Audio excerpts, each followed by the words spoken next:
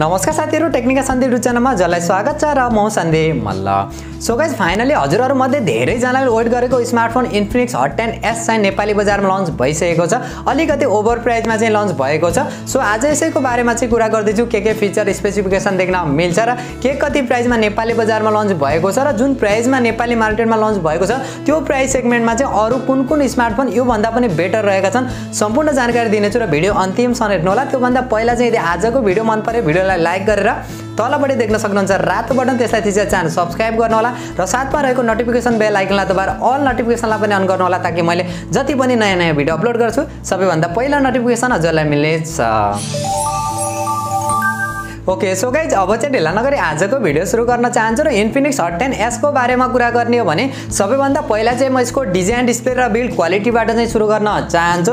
6.82 इन्चको HD plus IPS LCD display 90 हर्ट्जको refresh रेटका साथ देख्न मिल्छ भने 180 हर्ट्जको चाहिँ टच स्याम्पलिङ रेट देख्न मिल्छ। अगाडिपट्टिको डिजाइन चाहिँ हामीले ग्लासको देख्न मिल्छ, तर यहाँनिर चाहिँ हामीले NEG ग्लासको चाहिँ प्रोटेक्सन मात्र देख्न मिल्छ भने 440 निटको चाहिँ ब्राइटनेस देख्न मिल्छ। पछाडिपट्टिको डिजाइन र बिल्ड क्वालिटीको बारेमा कुरा गर्ने हो भने हामीले फुल प्लास्टिकको देख्न मिल्छ, प्लास्टिककै फ्रेम देख्न मिल्छ। ओभरअलमा यसको डिजाइन, डिस्प्ले र बिल्ड क्वालिटीको बारेमा कुरा गर्ने हो भने यसको डिस्प्लेमा भने अलिकति कमी चाहिँ देख्न मिलेको छ, किनभने आजभोलि यो जुन प्राइसमा लन्च भएको छ त्यो प्राइस सेगमेन्टमा चाहिँ हामीले फुल HD प्लस रेजुलेसनका साथ चाहिँ देख्न मिल्छ। यो चाहिँ हामीले HD प्लस रेजुलेसनका साथ चाहिँ देख्न मिलेको छ। राम्रो कुरा चाहिँ हामीले 90 हर्ट्जका साथ देख्न मिलेको छ। पछाडिपट्टिको डिजाइन र बिल्ड क्वालिटी चाहिँ प्राइसिङलाई हेर्ने हो भने चाहिँ राम्रै मान्न सकिन्छ भने सफ्टवेयरको बारेमा कुरा गर्ने हो भने एन्ड्रोइड 11 का साथ देख्न मिल्छ, जो iOS 7.6 का साथ देख्न मिल्छ।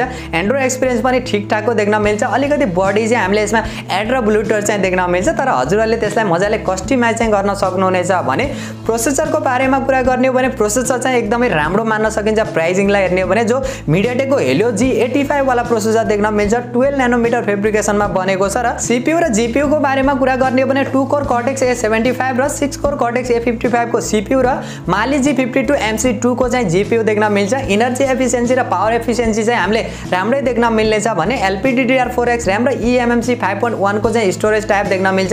रिड एन्ड राइटको एक्सपिरियन्स पनि बब्बाले देख्न मिल्नेछ।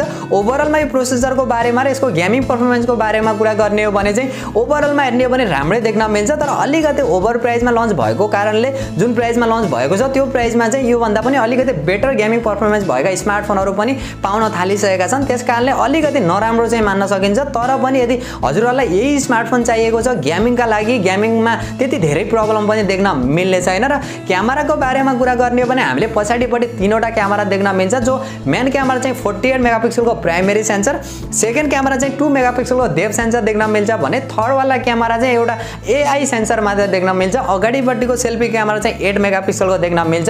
अगाडि पछाडिबाट चाहिँ हामीले 1080 पिक्सलको भिडियो रेकर्ड गर्न सकिन्छ।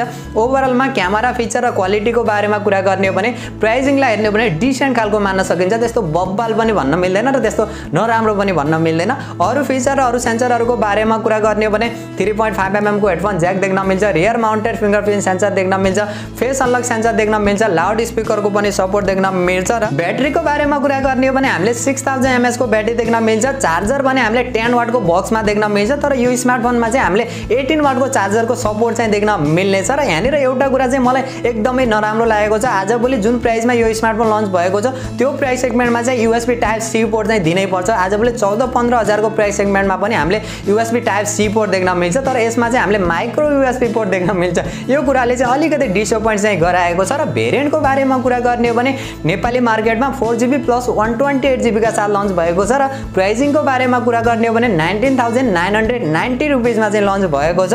सो गाइस, यही थियो इन्फिनिक्स हट 10s को ओभरअल डिजाइन, फिचर र स्पेसिफिकेसन। र मेरो पर्सनल ओपिनियनको बारेमा कुरा गर्ने हो भने मलाई चाहिँ अलिकति ओभर प्राइसमा लन्च भएको जस्तो लागेको छ, किनभने इन्डियन मार्केटमा जुन प्राइसमा हामीले देख्न मिलेको थियो त्यो प्राइसिङलाई हेर्ने हो र हाम्रो नेपाली प्राइसिङलाई हेर्ने हो भने अलिकति ओभर प्राइस चाहिँ रहेको छ। तर जुन प्राइसमा लन्च भएको छ त्यो प्राइसिङलाई हेर्ने हो भने त्यस्तो नराम्रो स्मार्टफोन पनि भन्न मिल्दैन। यदि हजुरहरू गेमिङकै लागि स्मार्टफोन हेर्दै हुनुहुन्छ तर इन्फिनिक्स कम्पनीको तर्फबाट इन्फिनिक्स कम्पनीको स्मार्टफोन हेर्दै हुनुहुन्छ भने चाहिँ हजुरहरूका लागि बेस्ट अप्सन चाहिँ रहेको छ। नत्र चाहिँ अरु कम्पनीका स्मार्टफोनहरू यो प्राइस सेगमेन्टमा यो भन्दा पनि बेटर रहेका छन्। हामीले सेम प्राइसमा माइक्रोम्याक्स कम्पनीको तर्फबाट माइक्रोम्याक्स इननोट Note 1 पनि देख्न मिल्छ। यो भन्दा पनि बेटर फीचर स्पेसिफिकेसन देख्न मिल्छ।